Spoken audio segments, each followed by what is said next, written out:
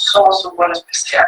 Chicos, de esta forma le hemos orado a nuestro Padre Celestial y vamos a pasar a la parte central de toda reunión, que es la palabra de Dios, para lo cual voy a ver si el pastor Luis está con nosotros. ¿Pastor está ahí?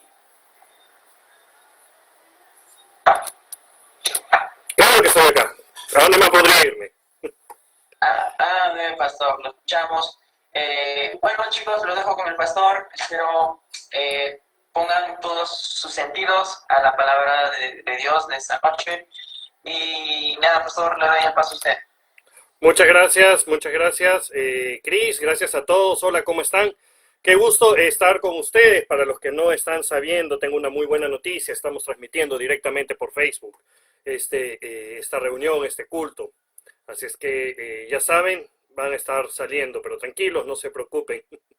Es mi pantalla la que se está transmitiendo y ahorita la tengo puesta de otra forma. Muy bien, vamos a empezar entonces. Vamos a revisar el texto que se ha leído. ¿Alguien se acuerda dónde estaba? ¿Alguien se acuerda cuál es el texto que hemos empezado a leer? Por favor, no hablen todos al mismo tiempo, es muy difícil entenderles cuando hablan todos a la vez. ¿Alguien se acuerda? Le doy una pista, está en Éxodo. Sí. Éxodo es el segundo libro de la Biblia, por si acaso. ¿Lo tienen? Éxodo 12, 6 y 7. Correcto. ¿Quién lo lee?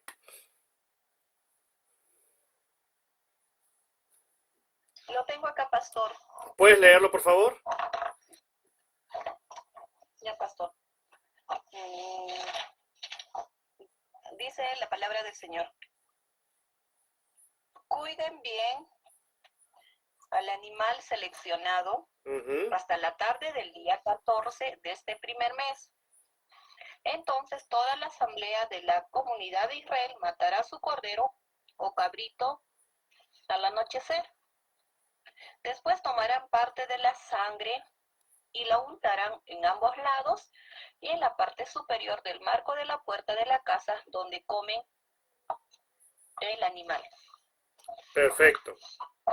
Muchísimas gracias. Muy bien. Todos aquellos que me han escuchado enseñar o predicar alguna vez saben que personalmente tengo 3 reglas al momento de hacer un estudio de la palabra, ¿verdad? Esas 3 reglas son, y las voy a leer en orden: contexto, contexto, contexto. Vamos a contextualizarnos. En esta porción bíblica que hemos leído hay una cosa que hay que ver. Número 1, hay que entender qué es lo que estaba sucediendo. Ya habían caído las plagas sobre Egipto, estaban todas, faltaba solamente la última. La última plaga, la de los primogénitos. No que el primo se llamaba génito, sino que es la de los primeros hijos. Esta era la plaga que faltaba y ahora se necesitaba, se iba a finalmente culminar todo este proceso. Esto va a ser lo que se va a conmemorar en Israel hasta el día de hoy. Los judíos practicantes y algunos judaizantes practican esto hasta el día de hoy, ¿no? Lo que llaman la Pascua. Conocemos nosotros como la Pascua judía, porque es la Pascua de los judíos. ¿Qué es lo que hacen? Es simplemente se juntaron entre las familias, ¿verdad? Y agarraron un cabrito perfecto. El Señor dio instrucciones de cómo debía ser. Fue sacrificado y con la sangre que se derramó de ese cabrito, había que cubrir los postes de la casa, ¿no? Tenía que cubrir los 2 laterales y el travesaño, todo completamente cubierto. Porque a medianoche iba a pasar el ángel de la muerte enviado por el Señor para que dé muerte a todo primogénito. Pero donde hubiera estado cubierta la puerta, el marco de la puerta, mejor dicho, hubiera estado cubierta con esta sangre, el ángel de la muerte iba a pasar y no iba a ir. ¿Ok? Empezando con este principio es donde podemos empezar a entender dónde empieza a surgir o de dónde es que surge esta doctrina que ha empezado a ser muy común en la iglesia el día ahora. Esto no se hacía antes. Es muy importante de recalcar. Esto es algo que ha venido a la iglesia en tiempos bastante modernos, pero hace unos 50, 60 años no se hablaba de cosas de este tipo. Ahora se menciona mucho esto, realmente no sé cómo es que llega, pero vamos a analizar primeramente que nada. ¿De dónde es es que parte esta idea, cubrirse con la sangre, porque primero había que cubrir esto. Entonces, siempre se habla que lo que pasó en el Antiguo Testamento era un reflejo de lo que iba a suceder y que hay muchos símbolos, mucho simbolismo entre lo que sucedió en el Antiguo Testamento con lo que viene a pasar en el Nuevo Testamento. Incluso ese Cordero Pascual es justamente el símbolo de Cristo, de que la muerte de Cristo iba a salvar a los pecadores. Entonces, es ahí de donde viene la idea. Si la sangre del Cordero puesta en la puerta protegió en aquel momento a los primogénitos, entonces ahora la sangre de Cristo me protege. Entonces, como la sangre de Cristo me protege, yo también tengo que cubrirme con la sangre de Cristo para ser protegido. Pero vamos a ver una cosa, porque hay un pequeño detalle. La Biblia no enseña en ninguna parte que la sangre de Cristo pueda protegerme de algo. Si tienen sus Biblias, y espero que así sea, vamos a la primera epístola del apóstol San Juan. ¿Sí? ¿La tienen? Primera de Juan, ¿ok? Primera de Juan, capítulo 1, versículo 7. Quisiera que alguno de ustedes, chicos, por favor, pudiera ayudarme leyéndola. ¿Sí? ¿La tienen? Cuando la tenga, Primera de Juan, capítulo 1, versículo 7. ¿La tienen? ¿Alguien? Amén, pastor. Perfecto. ¿Qué dice? ¿Qué dice Primera de Juan 1 de 7, por favor? Primera de Juan 1:7 nos dice de esta manera. Si vivimos en la luz, así como Dios está en luz, entonces tenemos comunión unos con otros. Y la sangre de Jesús, su Hijo, nos limpia de todo pecado. Espérate. ¿Puedes volver a leerme esa última parte, por favor? Amén.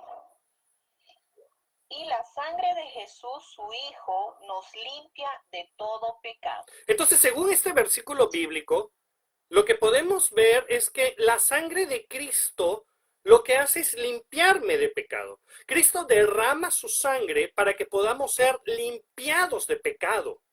Es lo que este versículo me está diciendo. Pero vamos a ver qué nos dice otro versículo, porque estamos hablando de diferentes tipos de cosas. Entonces, ¿será que la sangre de Cristo lo que hace es perdón? Vamos a Hebreos, ¿sí? Vamos a movernos por ahí un poco más en el Nuevo Testamento y ahora nos vamos al libro de Hebreos. Y por favor, en el libro de Hebreos vamos a parar en el capítulo 9, versículo 22. ¿Alguien puede leerme, por favor, Hebreos 9, 22? A ver qué me dice Hebreos 9, 22. ¿Sí? ¿Lo tienen? ¿Lo tienen? Hebreos Amén, 9. hermano. A ver, Raquelita, déjale la oportunidad a alguien más que participe. Ahí hay un hermano. A ver, muchachos, léeme. Hebreos 9, 22. ¿Qué dice? Así dice la palabra en Hebreos 9:22. Según la ley, casi todo tiene que ser purificado con sangre. Y no hay perdón de pecados si no hay derramamiento de sangre. ¿No hay qué? Derramamiento de sangre. No, pero ¿para qué se derrama la sangre? ¿Para que haya qué cosa? Perdón de pecados. Oh, punto otra vez importante. Según la ley, y nuevamente recordemos, lo que pasaba en el Antiguo Testamento era un reflejo de lo que iba a venir. Era como digamos, el preview, el tráiler de lo que iba a suceder. Todo lo de los sacrificios de los animales que Dios encargó a través de Moisés al pueblo de Israel. Ellos, por cierto, dicho sea de paso, para ellos es la ley. Nosotros que no somos judíos no tenemos por qué vivir atados a la ley. Si no me creen, lean Gálatas. ¿Y cuál es lo importante ahí? Lo importante es entender, la ley mandaba a que hubiera remisión de pecados, pero ese perdón de pecados no era un perdón completo, porque la sangre de los animales lo que hacía era cubrir el pecado, pero no era limpiado. Y a través de la sangre de Cristo es que realmente somos perdonados por el pecado. Vamos a leer, entonces eso es muy importante entenderlo, ¿ok? Vamos ahora a Colosenses, ¿sí? Retrocedamos un poco más en el Nuevo Testamento, retrocedamos un poquito más, vamos a Colosenses y paramos en el capítulo 1, versículo 14. ¿Sí? ¿Alguien lo tiene? Colosenses capítulo 1, versículo 14. ¿Lo tenemos? A ver, alguien que lo tenga, si por favor puede leerlo. Colosenses, capítulo 1, versículo 14. ¿Qué dice? ¿Qué dice? Amén. ¿Dice amén? Dice ¿Dónde? Colosenses 1:14, dice, ¿por quién tenemos la liberación y el perdón de los pecados? Perfecto. Muy bien. En la Reina Valera dice, ¿en quién tenemos redención por su sangre? El perdón de pecados. Y está hablando, nuevamente, contexto, está hablando acerca de Jesucristo. Es en Jesucristo que tenemos redención por la sangre de Cristo. Entonces entendamos una cosa. Una vez en la Biblia, y así, una única vez en la Biblia, solo una vez, se usó la sangre de un cordero para cubrir el marco de una puerta y proteger, no a todos, al primogénito que vivía en esta casa. Quiere decir que si en esa casa no había ningún primogénito, realmente por más que hayan pintado, no iba a pasar nada. Porque el ángel de la muerte iba a ir y quitarle la vida únicamente a los primogénitos. Sin embargo, la ordenanza de hacer el pintado fue dado a todo el pueblo de Israel y ellos obedecieron bastante bien e hicieron lo que Dios pidió que se hiciera. Entraron e hicieron eso. Ahora, ¿qué es lo importante y lo interesante de entender? Una única vez, recordemos esto, solo una vez. Este evento no vuelve a suceder en ningún momento en toda la Biblia. No hay algo similar que vuelva a suceder. Porque hay que entender algo. Dios hace las cosas de manera única. Dios no se confunde. Dios no está haciendo. Entonces, la función de la sangre de ese cordero que murió en ese momento era el proteger la sangre de esos primogénitos. Ahora, vamos a ver que ese cordero sacrificado en aquella Pascua judía era también un reflejo de lo que iba a venir, de Cristo muriendo por los demás y derramando su sangre. Pero la sangre de Cristo no es para protegernos, no es para cubrirnos. Como hemos visto en las citas bíblicas, la sangre de Cristo tiene un fin, tiene un propósito. ¿Y cuál es ese? ¿Cuál es ese? Fue justamente el motivo que vamos a ver en Hebreos 13:12. ¿Quién me lee por favor Hebreos 13:12? Vamos, alguien que me lo lea, por favor. Vamos, chicos. Hebreos capítulo 13, versículo 12. ¿Qué dice Hebreos 13:12?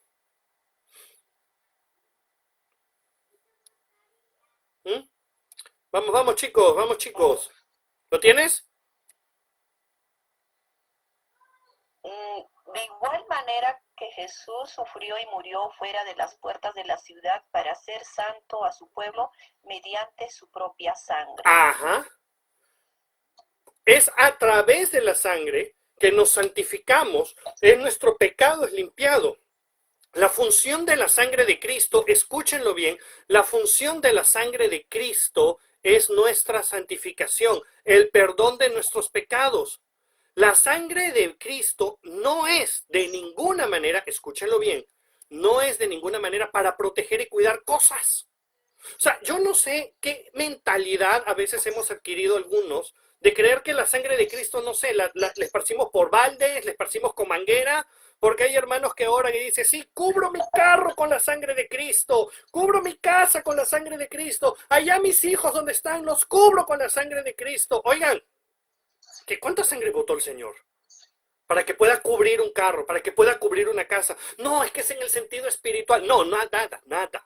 En el sentido espiritual, la sangre de Cristo fue y sirvió para que Él derrame su sangre por el perdón de nuestros pecados. Cristo no murió, no derramó su sangre para que tu carrito esté bien. Cristo no derramó su sangre para que tu casa esté bien.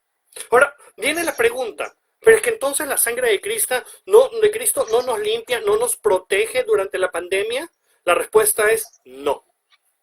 Porque la sangre de Cristo no es, escúchalo bien, un amuleto. Porque eso es lo que hemos convertido la sangre de Cristo. Al decir, yo me cubro con la sangre de Cristo y nada me pasará. ¿Lo hemos convertido en qué? Un amuleto. ¿Y qué cosa es un amuleto? El diccionario dice, y lo leo literalmente, dice, objeto pequeño que se lleva encima al que se le atribuye la virtud de alejar el mal y propiciar el bien.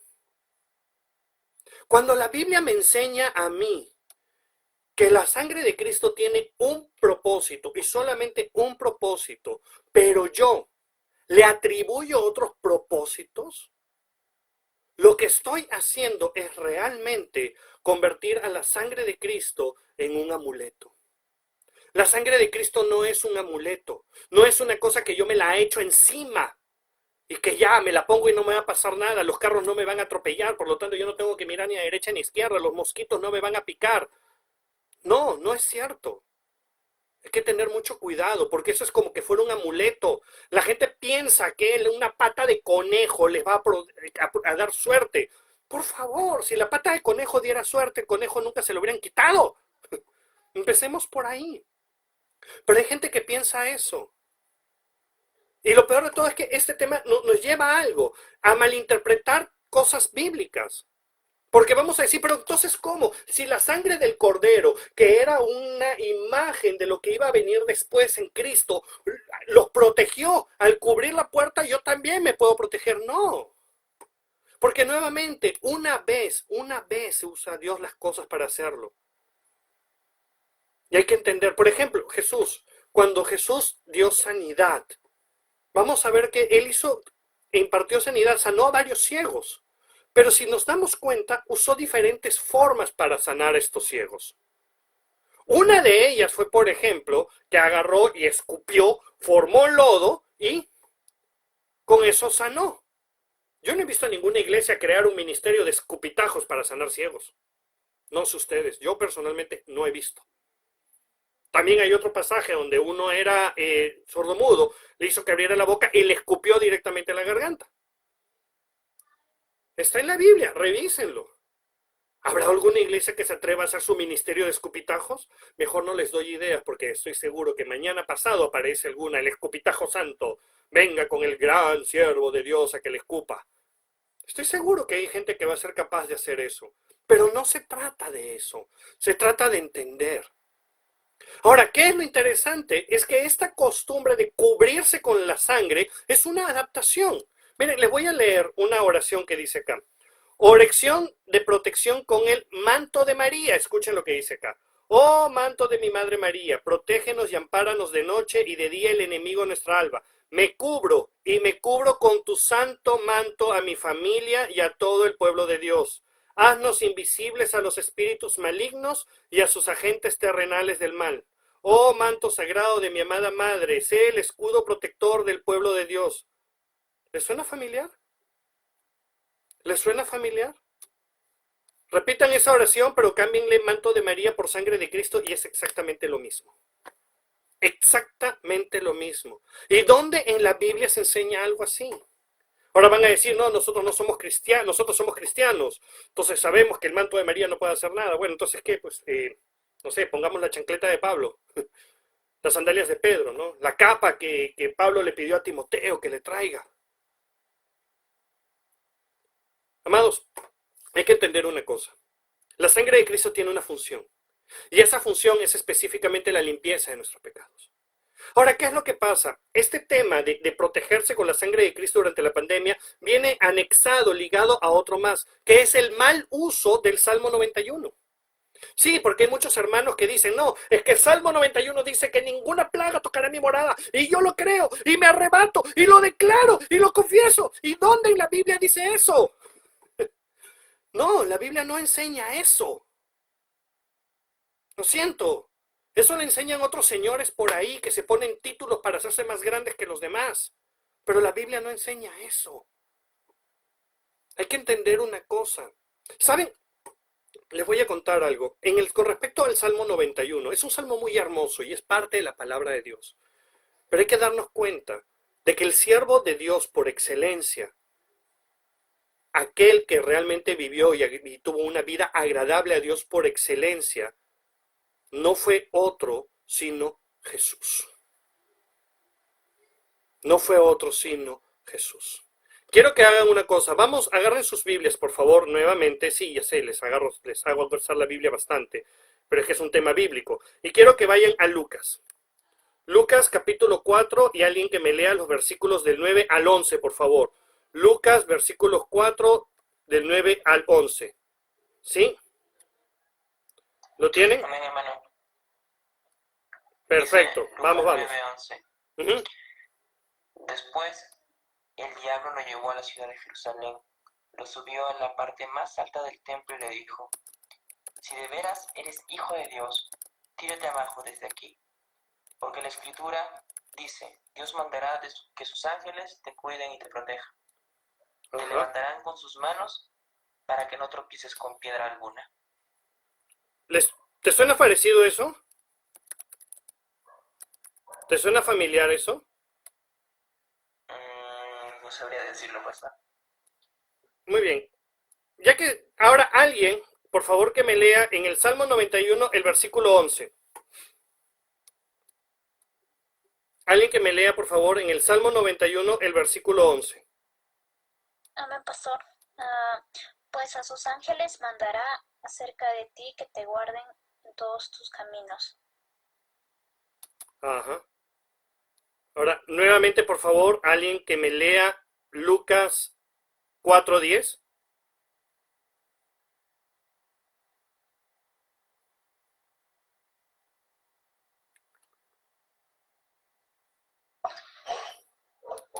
Lucas 4:10, ¿alguien puede leerlo también, por favor?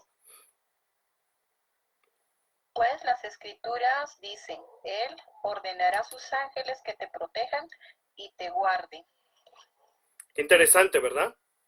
Fíjense, el primero en malutilizar el Salmo 91 fue nada más y nada menos que Satanás. Así como todas esas grandes promesas de prosperidad que algunos enseñan por ahí, el primero en ofrecerlas fue Satanás y se los ofreció a Jesús. Todo esto te daré si postrado me adoras. En este mismo pasaje la tentación. Ahora versículo 11, ¿qué dice? ¿Qué dice el versículo 11 de Lucas 4? Por favor, ¿pueden leerme el versículo 11? Y te sostendrá con sus manos para que ni siquiera te lastimes el pie con una piedra. Ahora, alguien que me lea Salmo 91, versículo 12, por favor. Salmo 91, versículo 12. Y en las manos te llevarán para que tu pie no tropiece en piedra. ¿Se dan cuenta ya ahora? ¿Se dan cuenta? El creyente por excelencia, aquella persona en la que Dios encuentra su contentamiento, no es otro más que Jesús. El cielo nunca más se volvió a abrir para decir: este es mi hijo amado en quien tengo complacencia. Absolutamente con nadie, únicamente con Jesús. Es por eso que podemos encontrar que realmente Él es el sufriente, el varón de dolores, del que el etíope estaba leyendo más adelante. Y en el Salmo 91 habla de Él. Por eso es que el diablo conoce las profecías, sabe lo que decían y le dice: esto es lo que la Biblia dice de ti. Demuestra, haz que se cumpla. Hoy en día el diablo nos engaña de la misma manera, nos hace tergiversar el Salmo 91 para que podamos creer y entender y pensar que porque somos creyentes vamos a estar muy bien de esta pandemia, porque dice: ninguna plaga tocará tu puerta. ¿Y qué tal? ¿Y qué me dicen de los cristianos que han muerto por causa del COVID? En Centroamérica hace no mucho tiempo murió un pastor por causa de COVID. Y mientras mucha gente estaba muriendo, mientras muchos hermanos en Cristo murieron por causa de esta pandemia, hubo un sujeto sumamente, ¿cuál es la palabra? Arrogante, voy a decir, un sujeto muy arrogante allí en Miami, que se hace llamar apóstol y que tiene muchos seguidores, tristemente. Pero este falso maestro dijo que justamente todos aquellos que han muerto es porque no están bajo su cobertura. En pocas palabras, porque no le financian a él. Pero fíjense, porque esa es la artimaña del enemigo. La artimaña del enemigo es justamente esa: transformar las cosas. Desde el principio, la primera tentación, el primer ser humano que tienta, se aparece donde Eva y le tuerce las cosas. ¿Qué le dice? Así que Dios te has dicho que no puedes tocar ninguno porque te morirás. No, perdón. Lo siento, lo dije mal. ¿Cuál es la forma que dice el enemigo? Así que te ha dicho que no puedes comer nada. Y Eva, que ignoraba las escrituras, que ignoraba el mandato de Dios, no las escrituras, pero el mandato de Dios, no lo conocía bien, dice, no, puedo comer de todo, pero ese árbol no lo puedo ni tocar. Pero si revisamos la escritura, Dios nunca dijo no toques, dijo no comas el fruto. Satanás es padre de mentira, y cuando habla de mentira de lo suyo habla, así dijo el mismo Señor. Entonces, trastornar la escritura, hacernos creer que cosas no están en la Biblia, es su especialidad. Y lo peor de todo es que muchas de esas mentiras se han metido tan fuerte en el corazón de los cristianos que a veces es difícil sacar. Cris, ¿estás acá? Perdón, no veo la lista de participantes. Cris, ¿estás? Amén, hermano. Cris está acá, Cris es testigo. Cris no me va a dejar mentir. Yo tengo una oferta, un premio de 1,000 soles en efectivo. Aquel que me encuentre los 365 veces que en la Biblia Dios dice, no temas. Con todas sus variantes. No temas, no tengas miedo y todo lo demás. ¿Es en serio?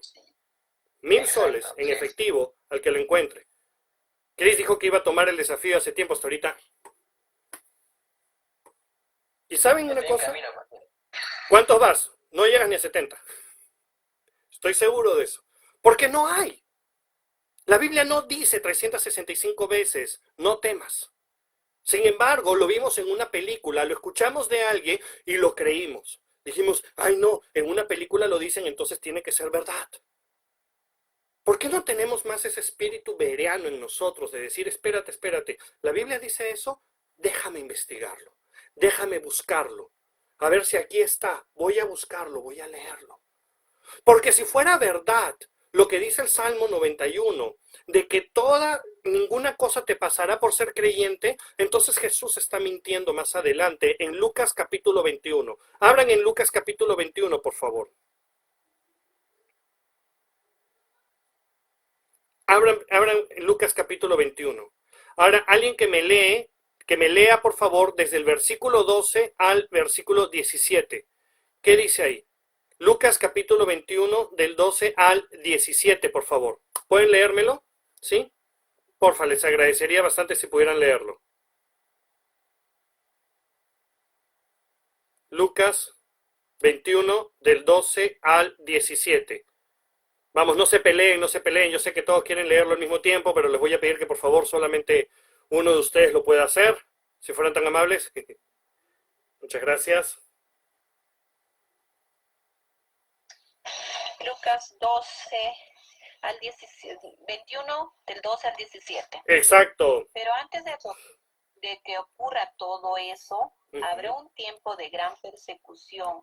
Los arrastrarán a las sinagogas y a las prisiones y serán sometidos a juicio ante reyes y gobernantes, todo por ser mis seguidores.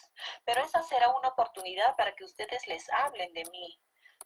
Así que no se preocupen de antemano por cómo contestarán los cargos en su contra, porque yo les daré las palabras apropiadas a tal sabiduría que ninguno de sus adversarios podrá responderles o refutarlos.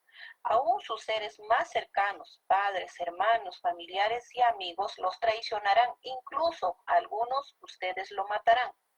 Todos los odiarán por ser mis seguidores. Qué duro esta palabra. Si nos damos cuenta, la cosa es bien dura. Jesús le está diciendo directamente, por causa mía te va a ir mal en este mundo. Entonces, solamente hay una verdad acá. O aquellas personas que interpretan que el Salmo 91 es un salmo donde si tú eres creyente, si tú vives una verdadera fe, entonces nada malo te va a pasar. Pero por el otro lado, Jesús dice, te va a ir muy mal, incluso hasta te van a matar por ser mi seguidor. Déjenme decirles una cosa, chicos. Dos caminos opuestos no llevan al mismo lugar. Tú no puedes tomar la carretera hacia el norte y tomar la carretera hacia el sur y llegar al mismo punto al mismo tiempo. Si tú te vas desde la línea de Ecuador hacia el norte y solamente viajas en dirección norte, no vas a llegar a Chile. porque ese no es el camino a Chile. Hay que entender esto, dos caminos opuestos no llevan al mismo lugar. No se puede, no se puede.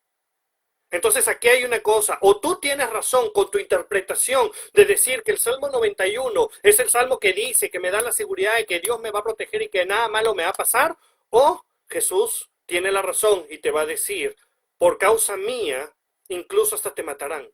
Ahora, ¿qué es lo interesante? El versículo que dejé al final, no lo quise leer. Lucas 21:18, pero ni un solo cabello de su cabeza perecerá. Hay una pequeña contradicción aparente acá. Porque aquí no está hablando de una salvación física, no está hablando de que te vas a salvar físicamente. Dice que ni uno solo de tus cabellos perecerá. ¿Por qué? Porque nada ni nadie nos puede separar del amor de Cristo. Ni tribulación, ni angustia, ni peligro, ni hambre, ni desnudez, ni lo de abajo, ni lo profundo, ni ninguna otra cosa creada nos podrá separar de su amor. Estamos seguros, ni uno solo de nuestros cabellos perecerá. Jamás pereceremos. Y no habla de una muerte física, porque hace un momento acaba de decir que te van a matar. Habla de la muerte eterna, habla de lo que sabemos, lo que llamamos la segunda muerte. Los cristianos no la vamos a pasar. Vamos a pasar esa muerte física, sí, donde nuestra alma se separará de este cuerpo y seremos librados finalmente de este cuerpo de muerte. Como inspira el Espíritu Santo a Pablo a decir, ¿quién me librará de este cuerpo de muerte? Solo el Señor nos librará de este cuerpo de muerte. Pero en la verdadera muerte no seremos librados. Ni uno solo de nuestros cabellos perecerá. Por la salvación que nos da el Señor. La salvación no se pierde. Es un regalo de Dios. Y no la pierdes porque no te la ganas. No es tuya. Te la dio Dios. Es un regalo que viene de Él. Por lo tanto, no puedes perderla. Alguien me dirá, pero entonces como soy salvo, ¿puedo ir y pecar? Es que si haces eso, definitivamente demuestras que no eres salvo. Al hacer eso, demuestras que no eres salvo. ¿Que no entendiste lo que escribió por el Espíritu Santo el apóstol Santiago? Uno, a través de las obras, demuestra la fe, no al revés. Entonces, entendamos, ¿sí? Vayamos ya a hacer un pequeño resumen para ir terminando esto. Número 1, la sangre de Cristo no es un amuleto. No es un amuleto para que tú lo puedas estar echando para protegerte y cubrirte de cosas. No, eso es hechicería, eso es brujería. Los chamanes hacen esas tonteras. Deja que ellos lo hagan, darán cuentas. Si puedes, más bien enséñales que eso está mal. Pero no, la sangre de Cristo no tiene ese poder de cuidarte, de protegerte. Eso se hacía antes con las antiguas creencias, que si te bañabas con la sangre del dragón, tu piel se volvía sumamente poderosa y duele. No, no es cierto. La sangre de Cristo, el fin de la sangre de Cristo es el perdón de nuestros pecados. Por eso murió Cristo, por eso entregó su sangre. Entonces, número 1, la sangre de Cristo no es para estar cubriendo las cosas. No es un amuleto. Número 2, la sangre de Cristo es para limpiar nuestros pecados, así nos lo enseña, porque sin derramamiento de sangre no hay perdón de pecados. Y número 3, finalmente, entender. El Salmo 91 no dice que porque seas cristiano, nada te va a pasar. Eso es lo que Satanás quiere que pienses. Eso es lo que Satanás quería que Jesús piense. Jesús no cayó porque Jesús conocía la Escritura. Conócela tú también. Y entiende que el Salmo 91 y en toda la Biblia, aquel que triunfará hasta el final, el que perseverará hasta el final es Cristo. Él es el creyente en Dios perfecto. Nosotros no, porque pecamos. Cristo es perfecto, nunca pecó. Oremos. Padre eterno, Dios todopoderoso, en el nombre de Jesús te damos gracias por tu amor, por tu misericordia. Te damos gracias, Señor, porque en tu gran amor y tu misericordia, Padre, enviaste a tu Hijo a que derrame su sangre para el perdón de nuestros pecados. Gracias, Padre, por todo lo que tú haces, por quien tú eres, porque en ti, Señor, está nuestra esperanza y nuestra salvación. Te alabamos y te adoramos, Dios eterno, todopoderoso, en Cristo Jesús. Amén. Dios les bendiga, chicos.